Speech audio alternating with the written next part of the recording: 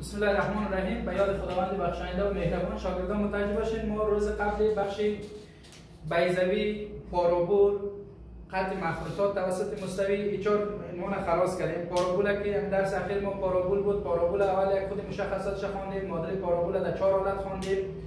گفتیم اگر حالت اول معادله و مشخصاتش رأسش در مبدای کمیاتی وضعیت محور محراقش محور x باشه، معادلش به این شکل پیدا میشد که y مربع مساوی به 4px و دیگه مشخصاتش هم به اون شکل پیدا کردیم که شما میتونید ببینید در دیویدیو. و حالت دومش گفتیم فقط مثل سر معادلش کار میکنم. حالت دومش گفتیم معادله و مشخصات پارابولی که رأسش یک نقطه کیفی محور محراقش موازی به محور x باشه. در اون حالت x y منفی k کل مربع مساوی به 4px منفی h. و دیگه حالت سومش گفتیم اگر رأسش در مبدای کمیاتی وضعیت محور محراقش محور y باشه، در اون حالت x مربع مساوی به 4py. و حالت چهارم حالت اخیرش که گفتیم اگر رأسش یک نقطه کیفی محور محراقش موازی به محور y باشه، در اون حالت x منفی h کل مربع مساوی به 4p ضرب در y منفی k. به این شکل ما پیدا کردیم تمام مشخصات شاگردان. و یک چیزی که خیلی مهم بود، پارابول برای ما عموما نظر به پی 3 حالت داره، 4 حالت داره نظر به پی.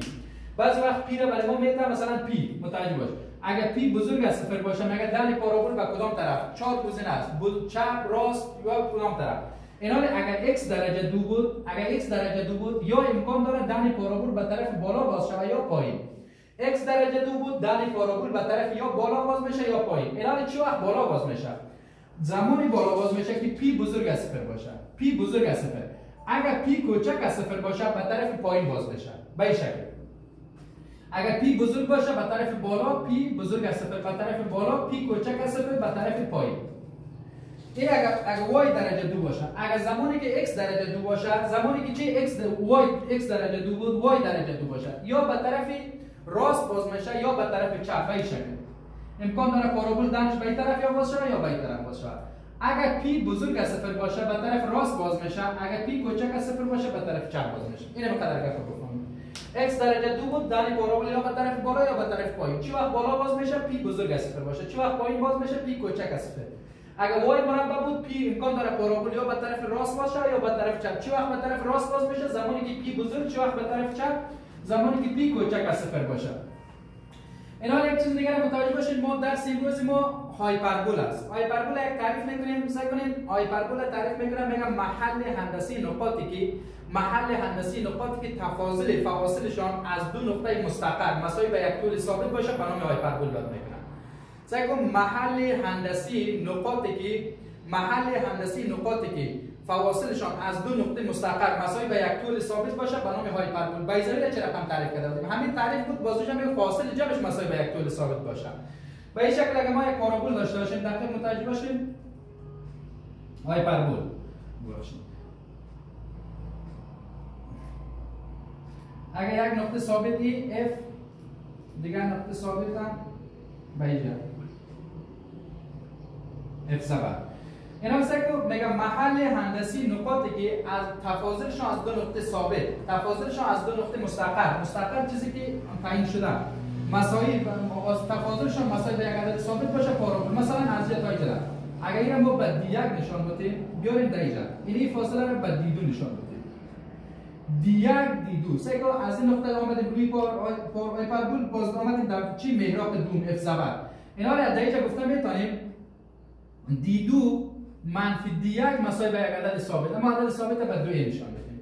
تفاضلشان اگر میرم قیمت مطلقه بگیریم بعضی وقت امکان داره d1 بزرگتر از d2 باشه، این همیشه مثبت فاصله برای ما. پس تعریفش میگم محل هندسی نقاطی که تفاضل فاصله آنها مساوی به یک عدد ثابت باشه به نام هایپربول یاد میکنن. در هایپربول فراموش نکنیم اما نقاط ثابت به نام محراق‌های هایپربول یاد میکنن. f زبر محراق هایپربول یاد میکنن. f و f زبر به نام محراق هایپربول یاد میکنن و این نقاط به نام رأس هایپربول یاد میکنن. این نقاط به نام چی؟ رأس هایپربول. و اگر a به a زبر نشان بدیم دو دانه رأس a زبر، اینا به نام چی؟ رأس هایپربول. و نقطه تنصیف بین هم رأس، نقطه تنصیف یعنی نقطه نصف بینش به نام چی؟ مرکز هایپربول یاد میکنن. این نقطه را به نام مرکز هایپربول یاد میکنن. دیگه در هایپربول محور محراقی داریم. محور محراقی هایپربول اینی است. فاصله بین اف و اف زبر به نام چی؟ محراق، فاصله محراقی. فاصله بین اف و اف زبر به نام فاصله محراقی یاد میکنن. و محور محراقی هم به این شکل است. محور محراقی هم از این نقطه تا این نقطه را ما به نام محور محراقی یاد میکنیم.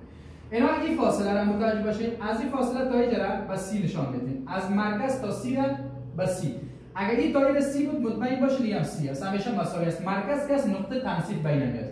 این فاصله را اگر به ا نشان بدیم، این فاصله را به ا و دیگر اگر ما اینجا بی و بی زبر هم داشته باشیم، بی و بی زبر هم داشته باشیم، این محور غیر محراقی است. این فاصله را به بی نشان بدیم. این فاصله را به چی؟ به بی نشان بدیم. اگر ما از اینا مشخصاتش پیدا بکنیم، از ما چند چیز خواسته میتونه. یکی فاصله محراقی. متوجه باشین فاصله محراقی. فاصله محراقی. فاصله محراقی از F تا F زبر مساوی به 2C. فاصله محراقی. اگر از ما بعضی فاصله محراقی را میخواد سی را داده 2 ضرب C.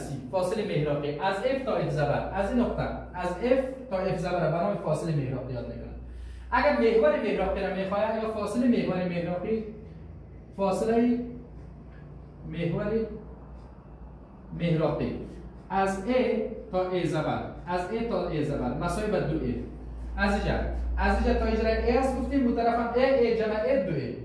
دیگه از ما فاصله محور غیر محراقی را میخواد. فاصله محور غیر محراقی. فاصله محور غیر محراقی. اگر فاصله غیر محراقی را بخواد از B تا B زبر، از B تا B زبر، از اینجا تا اینجا B، از اینجا تا اینجا B، پس میگیم از B تا B زبر مساوی به چی؟ مساوی به 2B. به این شکل پیدا میگیریم. فاصله محراقی 2F 2C، فاصله محور محراقی 2A، فاصله محور غیر محراقی مساوی به چی شد؟ مساوی به 2B. به این شکل پیدا میکنیم. و دیگه از ما انال مرکزیت هم میتونه بخواهد در چی؟ در هایپربول. انال مرکزیت در هایپربول بازم مساوی به C بر چی است؟ C بر A است. و C بر A از فراموش نکنید چون زگو فاصله C از اینجا تا اینجا C است، از اینجا تا اینجا A است. C بزرگتر از A است. پس در هایپربول همیشه C بزرگ از چی است؟ بزرگ از 1 است.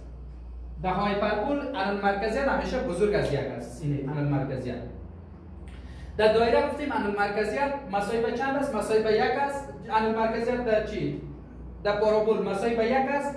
در بیضوی بین 0 و 1 است، اما در هایپربول بزرگتر از 1 است. انال مرکزیت.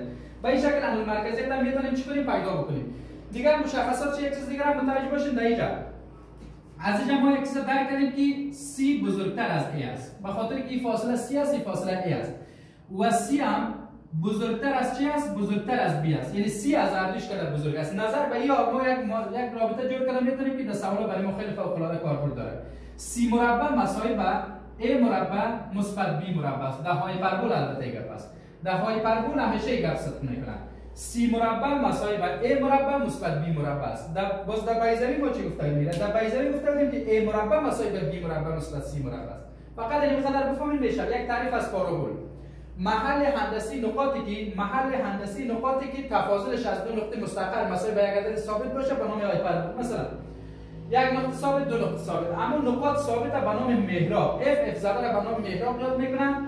و محور محراقی که یک خود هایپربول میاد قطع میکنه به نام راس هایپربول. A زبر به نام راس یا راس های حقیقی را میگیم. B زبر به نام راس های غیر حقیقی. محور محراقی، محور غیر محراقی.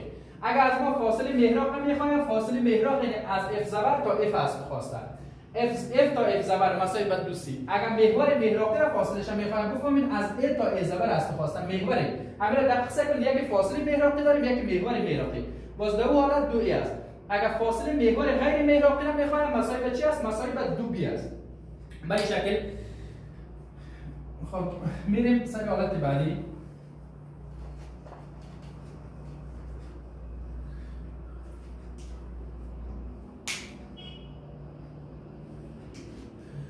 خب الان ما معادله هایپربول در 4 حالت شاگردان مطالعه میکنیم. معادله هایپربول در 4 حالت است. حالت اولش میگم، حالت اولش دقیق متوجه باشید. ما معادله و مشخصات هایپربول را پیدا میکنیم که مرکزش در مبدای کمیت وضعیت محور محراقیش محور x باشه. معادله هایپربول را پیدا میکنیم که مرکزش در مبدای کمیت وضعیت، مرکز در مبدای کمیت وضعیت محور محراقی محور x باشه به شکل. اینا معادله و مشخصات هایپربول را پیدا می‌کنیم که مرکزش در مبدأ کمیتی وضعی محور محوریش محور x باشه. دقیق متوجه باشید. ما اگر اول شکلش بکشیم از این شکل برای ما ساده عمل پیدا کنیم میتونیم مشخصاتش. این محور x است. یا به طرف منفی x است و این محور چی است؟ محور y است. اینا رو ما معادله و مشخصاتش پیدا می‌کنیم. مرکزش میگه در مبدأ کمیتی وضعی باشه. مرکزش که در مبدأ کمیتی وضعی باشه محور محوریش محور چی باشه؟ محور x. به این شکل.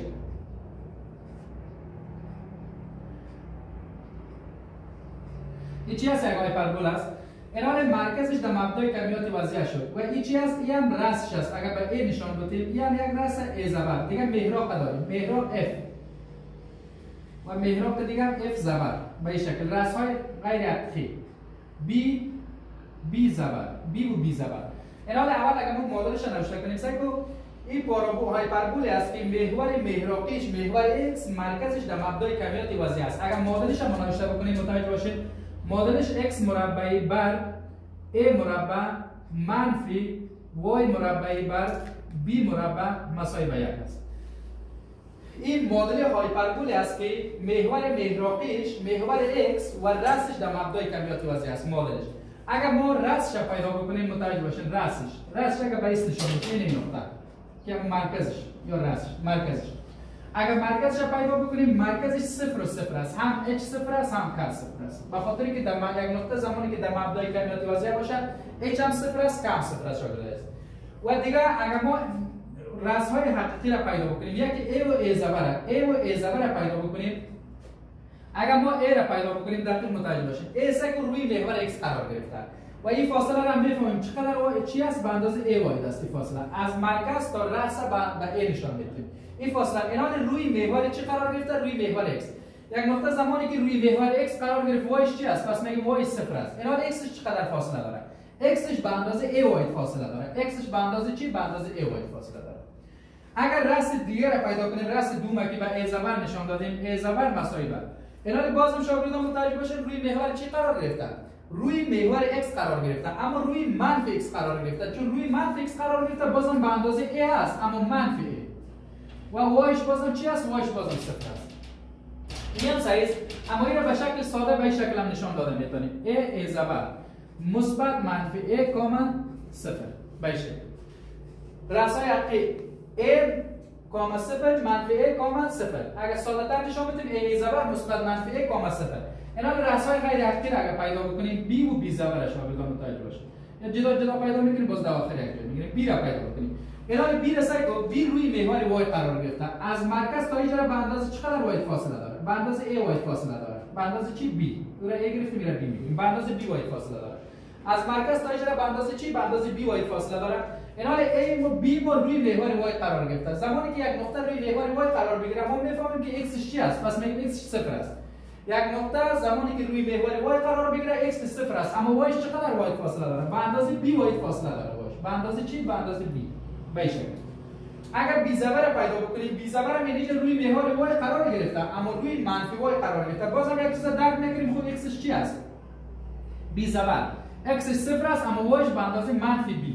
اما b است اما طرف منفی قرار گرفته پس به منفی b نشان میدیم. اگر ساده نشان بدیم میره میتونیم این هم صحیح است. اگر ساده تر نشان بدیم b زبر 0 کامن مثبت منفی b. هر دوش یک معنا داره. اگر محراق پیدا بکنیم چرا محراق f اول پیدا بکنیم f پیدا بکنیم شاگردان متوجه باشید f در اینجا قرار داره. اینا بازم روی محور چی قرار داره؟ روی محور x. یک نقطه زمانی که روی محور x قرار گرفت y چی است؟ y 0 است. پس میگیم از مرکز تا محراق به c نشان دادیم. از مرکز این فاصله رو به چی نشان دادیم؟ به c نشان دادیم. از مرکز تا محراق به c نشان دادیم. پس میگیم x روی محور x قرار گرفته y 0 است. چی است؟ y 0 است اما xش به اندازه c y فاصله داره. به اندازه چی؟ به اندازه c y. اگر f زبر پیدا بکنیم چرا f زبر محراق دو f زبر سعی کنیم این f زبر طرف منفی x قرار گرفته. طرف منفی x بازم روی محور منفی x قرار گرفته. یک نقطه زمانی که روی محور منفی x قرار گرفت y چی است؟ y 0 است. پس در این نقطه میگیم y 0 است xش به اندازه منفی c y است. این هم سریع است اما اگر ساده تر نشان بدیم میگیم f زبر مثبت منفی c کامل 0 به این شکل محراق.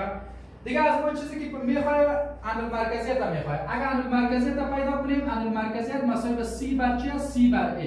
بازم هم میگم و تکرار میکنم، عدد مرکزیت همیشه در هایپربول بزرگ از صفر است. عدد مرکزیت در هایپربول بزرگ از صفر است. الان ما دو دانه موجه داریم. دو دانه چی؟ دو دانه موجه داره. هایپربول همیشه فراموش نکنید دو دانه موجه، یک موجه به خاطر این پارابول، یک موجه به این پارابول. دو دانه پارابول تشکیل است دیگه. پس یک موجه اگر اینجا باشه، یک موجه اینجا. اگر ما معادلی را بخوایم پیدا بکنیم، معادلش را پیدا بکنیم، سعی کنیم موازی به y است. یک نقطه زمانی که موازی به y بود، پس معادل موجهش میگیم x مساوی است به مثبت منفی a بر e. x مساوی به مثبت منفی a بر e. چرا مثبت منفی؟ دو دانه گرفتیم به خاطر که یک دانه طرف مثبت x، یک دانه طرف منفی y، طرف منفی x. پس معادل موجهش x مساوی به مثبت منفی a بر چی است؟ مثبت منفی a بر e معادل موجهش است. دیگه چیزی که از ما میخوایم در یک هایپربول معادل موجه بود، دیگه مجانب ها را میخوایم. ما دو دانه مجانب داریم. تعریف مجانب ها را میفهمیم. مجانب خط مستقیمی است که در لایه تنایی رفته چی میکنه؟ قطع میکنه. اما این به شکلی به یک جانب شرکت میکنه. دو دانه مجانب داریم. یک مجانب اینجا داریم، یک مجانب اینجا به شکل. یکی دایی تو، یکی هم دایی تو. اگر ما مجانباش را پیدا بکنیم، پس میگیم y مساوی است به مثبت منفی b بر ax به این شکل. چرا مثبت منفی گرفتیم؟ به خاطر که دو دانه مجانب داریم. یک مجانب، دو مجانب.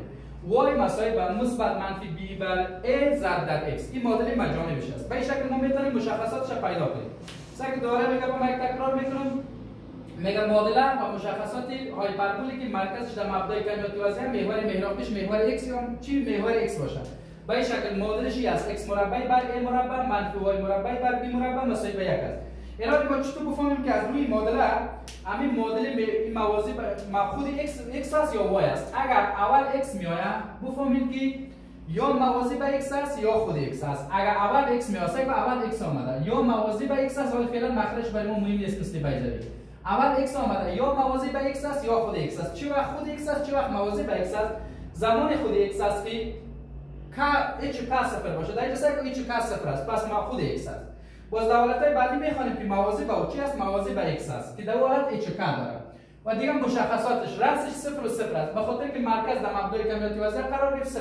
a را پیدا کردیم، b را پیدا کردیم، f به این شکل عدد مرکزیت معادل موجه و چی را مجانب را پیدا کردیم. به این شکل همه مشخصاتش را پیدا کردیم. میریم روی چی سوالش.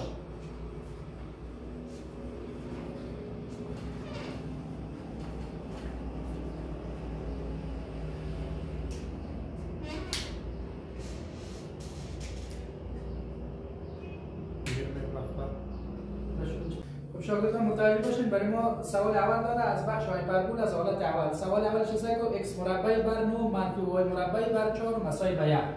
به این شکل سوال داده. سوال اول دقیق متوجه باشین. x مربع بر 9 منفی y مربع بر 4 مساوی به 1 از بخش هایپربول است. برای ما گفته مشخصاتش پیدا کن. سوال داده، مشخصاتش از روی سوال پیدا میکنیم. الان اگر از روی سوال ما مشخصاتش را پیدا بکنیم، یکی اینجا ما a را ضرورت داریم. a را داریم که مخرج x مربع a است. پس میگیم a مربع مساوی به چند است؟ مساوی به 9 است. a مربع مساوی به 9 است. از اینجا اگر از اطراف جذر بگیریم a مساوی به چند میشه؟ a مساوی به 3 میشه. قیمت a را به این شکل پیدا کنیم a باشه. الان اگر b را ما بخوایم پیدا بکنیم، چی را b را بخوایم پیدا بکنیم، میگیم b مربع مساوی به چند؟ مساوی به 4. اگر از اطراف جذر بگیریم b مساوی به چند میشه؟ b مساوی به جذر 4 2. قیمت a و b را پیدا کنیم. دیگه ما قیمت c را ضرورت داریم. ما در ویدیوی گفته بودیم که رابطه بین a b c مساوی به a مربع مساوی به b مربع مثبت c مربع است. اما در هایپربول برعکس است. با هایپربول میگه c مربع مساوی به a مربع مثبت b مربع است. این رابطه بین a b c در چی است؟ در هایپربول. رابطه بین فاصله محراقی، محور محراقی، محور غیر محراقی. در نتیجه از اینجا سی مربع هدف ما پیدا کردن سی است. سی مربع خودش نوشته میکنیم. a مربع قیمتش داریم. a مربع مساوی به چند است؟ مساوی به 9 است. مثبت b مربع، b مربع چند است؟ 4 است. مثبت 4. در نتیجه سی مربع مساوی است به نور جمع 4 بکنیم چند میشه؟ 13. اگر از اطراف جذر بگیریم پس میگیم سی مساوی به جذر 13. قیمت سی مساوی به چند پیدا شد؟ جذر 13. الان از اینجا ما مشخصاتش a را پیدا کردیم، b را پیدا کردیم، c را ما میتونیم خیلی مشخصاتش را پیدا بکنیم. اگر مرکز را پیدا بکنیم، مرکز را گفتیم 0 0 است، چون این معادله هایپربول است که محور محراقیش محور x مرکزش در مبدای کمیت وضعی، در مبدای کمیت وضعی 0 است. و دیگه مرکز را پیدا کردیم، اگر میرم ما این معادله را چی کنیم دیگه مرکزش پیدا کنیم، محراقش پیدا بکنیم، اف پیدا بکنیم، محراق پیدا بکنیم یا اف و اف زبر همزمان یک جا پیدا میکنیم که در یک جا نشان داده. اف و اف زبر محراقش روی محور x قرار داره، مثبت منفی c کاما چی کاما صفر. در نتیجه اف زبر مثبت منفی c، مثبت منفی را خودش نوشته میکنیم، c را قیمتش چند داریم؟ جذر 13 کاما چی صفر. به این شکل محراقش اف زبر مثبت منفی c کاما صفر. اگر جدا جدا خواستیم بگیریم میتونیم یک دفعه بگیم f مثبت جذر 13 کاما صفر، f زبر منفی جذر 13 کاما صفر. یاد داریم دیگه اون. اگر رأس‌های حقیقی را a و a زبر را پیدا بکنیم، a و a زبر را گفته بودیم مثبت منفی a کاما چی کاما صفر، چون روی محور x قرار داره، y چی است؟ y صفر است. در نتیجه a کاما a زبر مساوی است با مثبت منفی را خودش نوشته میکنیم، مثبت منفی a را قیمتش داریم چند است؟ a 3 است کاما صفر y صفر است. اگر خواستین جدا جدا گرفته میتونیم، یک دفعه بگیرید a را بگیرید 3 کاما صفر، a زبر را بگیرید منفی 3 کاما صفر. اگر رأس‌های غیر حقیقی b و b زبر را بخوایم پیدا بکنیم، b و b زبر را گفتیم 0 کاما مثبت منفی چی؟ مثبت منفی b. 0 مثبت منفی b. در نتیجه b و b زبر مساوی به x 0 است و y مثبت منفی b. مثبت منفی را خودش نوشته میکنیم، b را قیمتش داریم، b را قیمتش چند پیدا کردیم؟ 2. به این شکل. اگر انود مرکزیت را بخوایم پیدا بکنیم، انود مرکزیت مساوی به c بر a است. چی است؟ مساوی به c بر a. c را داریم قیمتش، c مساوی به چند است؟ جذر 13. جذر 13 بر چند؟ جذر 13 بر a. a مساوی به چند است؟ a مساوی به c. جذر 13 بر c. دیگه چیز شکلی ما دیگه اگر انود مرکزیت را پیدا کنیم، از ما میتونست چیز دیگه را پیدا کنیم، معادله موجه. معادله موجه را گفته بودیم، معادله موجهش این چون موازی به چی است؟ این محور محراقیش محور x است، رأسش در مبنای کمیت وضعی است. معادله موجهش x مساوی است به چی؟ مثبت 2 دانه موجه داره، مثبت منفی a بر e. در نتیجه a را قیمتش چند داریم؟ a را قیمتش 3 داریم، مثبت منفی را خودش نوشته کنیم، مثبت منفی قیمت a را 3 داریم. انود مرکزیت هم اینجا پیدا کردیم، مساوی به چند است؟ انود مرکزیت 13 بر چند؟ جذر 13 بر 3. دور با دور طرفین واسطه x مساوی است به مثبت منفی مخرج 1 از 3 ضرب 3 شود 9. 9 بر چند؟ 9 بر جذر 13. پس معادله موجهی است. معادله موجهی است. اگر از ما دیگه چیزی که میخواد این معادله موجه بود، مجانبا را میخواد. مجانبا را گفتیم مجانبش y مساوی به مثبت منفی b بر a ضرب در x. در نتیجه y مساوی است به مثبت منفی خودش b را قیمتش داریم، b را از قبل پیدا کردیم، b چند است؟ b قیمتش 2 است بر a را قیمتش داریم، a مساوی به چند است؟ a مساوی به 3 است، از قبل پیدا کردیم دیگه، a مساوی به 3 ضرب در x. این چی است؟ مجانبش است. به این شکل میتونیم مشخصاتش را پیدا کنیم. این از ما بازم تکرار کنم میگم a را پیدا کردیم، b را پیدا کردیم، c را پیدا کردیم. این یک رأس امکان داره. این تو معادله میده رأسش مساوی به چی است؟ میگه در 4 جا بفهمون عددی یک جا بشه. اگر محراق میخواد در 4 جا عددی است. تنها یک دانشه میخواد. یا اگر رأس‌های حقیقی میخواد ای، رأس‌های فرعی میخواد ای، انود مرکزیت میخواد جذر 13 بر چند؟ 3. دیگه مجانبا رو میخواد ای بر ای. قیمتش ماندیم بالاخره 9 بر جذر 13. معادله موجه. اگر مجانبا رو میخواد به این شکل مثبت منفی جذر 2 بر 3x به این شکل پیدا میکنیم. سوال دوم میشه متوجه باشین شاگردان. سوال دوم به این شکل سوال برای ما داده، میگه مشخصاتش پیدا کن. سوال داده برای ما 9x مربع منفی y مربع مساوی به 81. به این شکل سوال داده. 9x مربع منفی y مربع مساوی به چند؟ مساوی به 81. به این شکل سوال دادم، مشخصاتش پیدا کنم. میگه اینا این معادله انکشاف یافته است. باز بخیر معادله انکشاف یافته را در خط معرفی میکنیم که چی بود بفهمیم که از کدام مربوط کدام چی است منحنی است. ما اول را ساده میسازیم، به شکل میاری تبدیل میکنیم. به شکل میاری که تبدیل کنیم اینجا میگیریم اطراف تقسیم چی؟ اطراف تقسیم 81 میگیریم. اینجا اطراف تقسیم 81 بکنیم 9x مربع را خودش نوشته میکنیم. بعد 9 را تقسیم 81 بکنیم 9 رقم میشه. 9 81 منفی y خودش پس 81 اختصار نمیشه دیگه. مساوی به چند؟ 81 تقسیم 81 مساوی به 1. اینا به شکل میاری یا استاندارد تبدیل شد.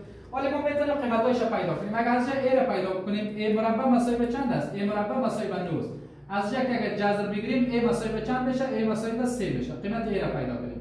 اگر خواستیم b را پیدا کنیم میتونیم. b مربع مساوی به چند است؟ b مربع مساوی به 81 است. b مربع مساوی به 81. از اینجا اگر بی را پیدا بکنیم بی مساوی به چند جذر 81 9 قیمت بی را پیدا کردیم.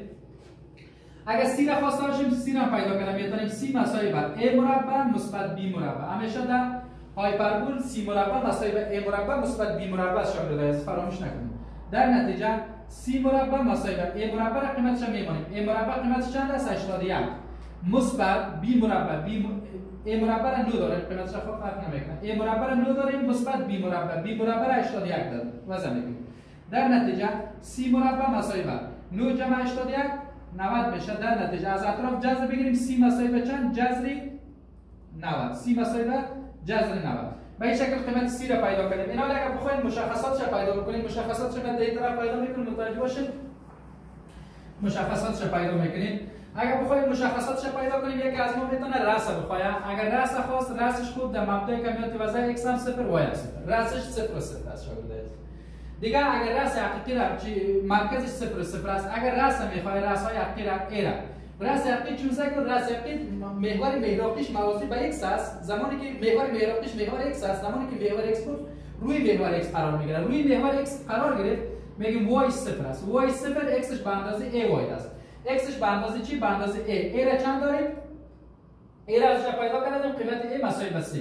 پس اگر a زبر پیدا بکنیم، a زبر پیدا بکنیم روی محور منفی x قرار داره. روی محور منفی x اما با فاصله مساوی منفی 3 کاما چی؟ کاما 0 y 0 است در دولت. اگر راسای غیر حقیقی را پیدا بکنیم b و b زبر، b و b زبر، اگر b و b زبر پیدا بکنیم b است که محور غیر محوری است، روی محور y قرار داره. زمانی که روی محور y قرار داشت میگیم x 0 است، اما روی محور y چقدر فاصله داره؟ به اندازه b y فاصله داره. b چند است؟ b 9 است. به اندازه b y فاصله داره b 9 است. اگر b زبر را پیدا بکنیم b زبر 0 کاما چند؟ منفی 9 به طرف منفی y قرار داره. اگر محراب را پیدا بکنیم f و f زبر، f اول پیدا بکنیم f سکو محراب، محور محراقش محور x است. زمانی که محور x باشه پس روی محور x قرار داره. یک نقطه زمان روی محور x قرار گرفت y 0 است. پس میگیم y 0 است، x به اندازه c چند است؟ جذر 90 کاما 0. اگر f زبر هم پیدا بکنیم با همین فاصله با علامه منفی جذر 90 کاما چند؟ کاما 0. اگر باز شما خواستین 90 هم میتونین از جذر هم بکشین. 90 اگر بخوایم از جذر بکشیم مثلا c مساوی است به جذر 90 گرفته میتونیم 9 ضرب در 10. 9 ضرب 10 90. در نتیجه c مساوی به جذر 9 یک قسمتش از جذر میبره. جذر 9 3 دانه جذر 10. این هم 6 میتونه در 4 جواب به این شکل بده. باز در اینجا جواب هم گرفته میتونه. محراب را پیدا کنیم. دیگه از ما موجه چی را میخواد؟ انل مرکزیت مساوی به c بر چی است؟ c بر a است. و انل مرکزیت تکرار کنیم بازم همیشه بزرگ از یک است در هایپربول. در نتیجه ای مساوی است به c را قیمتش داریم. c را قیمتش چند داریم؟ اون را قیمت آخرش میندازیم. c را داریم جذر 3 بر 10 تقسیم a را چند داریم؟ a را 3 داریم. در نتیجه ای مساوی است به ای 3 که 3 خلاص تمام چی میمونه؟ جذر 10 میمونه. قیمت ای مساوی به جذر 10. دیگه اگر چی را پیدا کنیم؟ معادل موجه x مساوی به مثبت منفی a بر چی؟ a بر e. معادل موجهش x مساوی به مثبت منفی جذر a بر e. در نتیجه x مساوی به a را قیمتش داره. a را چند داره؟ a را 3 داریم بر e. را قیمتش پیدا کردیم. الان مرکزیت جذر چند؟ جذر 10. ای هم صحیح است. اگر از اینم ساده تر بسازیم میگیم x مساوی است به مثبت منفی داره. x مساوی به مثبت منفی. را چی بگیریم؟ ناطق میسازیم. جذر را ناطق سازش یاد داریم. را ناطق بسازیم 3 جذر 10 بر چند؟ بر 10. به این شکل میتونیم چی کنیم؟ پیدا کنیم. اگر مجانبا را میخوایم، مجانبا را داریم y مساوی به مثبت منفی b بر a ضرب در x. در نتیجه y مساوی است به مثبت منفی b. b را چند داریم؟ b را 9 داریم. 9 بر a را داریم 3 x. در نتیجه اگر از این کلام ساده تر نوشته کنیم، در اینجا نوشته میکنیم. در نتیجه مثبت منفی را خودش نوشته میکنیم 9 تقسیم 3 دفعه x. مجانبا مساوی به شکل پیدا میکنیم. خب شاگردای عزیز، این بود درس امروز ما. بخش چی؟ بخش هایپربول که فقط یک خود هایپربول معرفی کردیم که مشخصات شد. دیگه حالت اول معادلش خواندیم، گفتیم مرکزش در مبدأ کمیت وضعی محور محراقش محور x. تمام مشخصاتش پیدا کردیم، دو سوال کار کردیم. اگر بازم شما کتاب مکتب ببینید جای مشکل داشتید ما را در جریان بانید. تشکر است.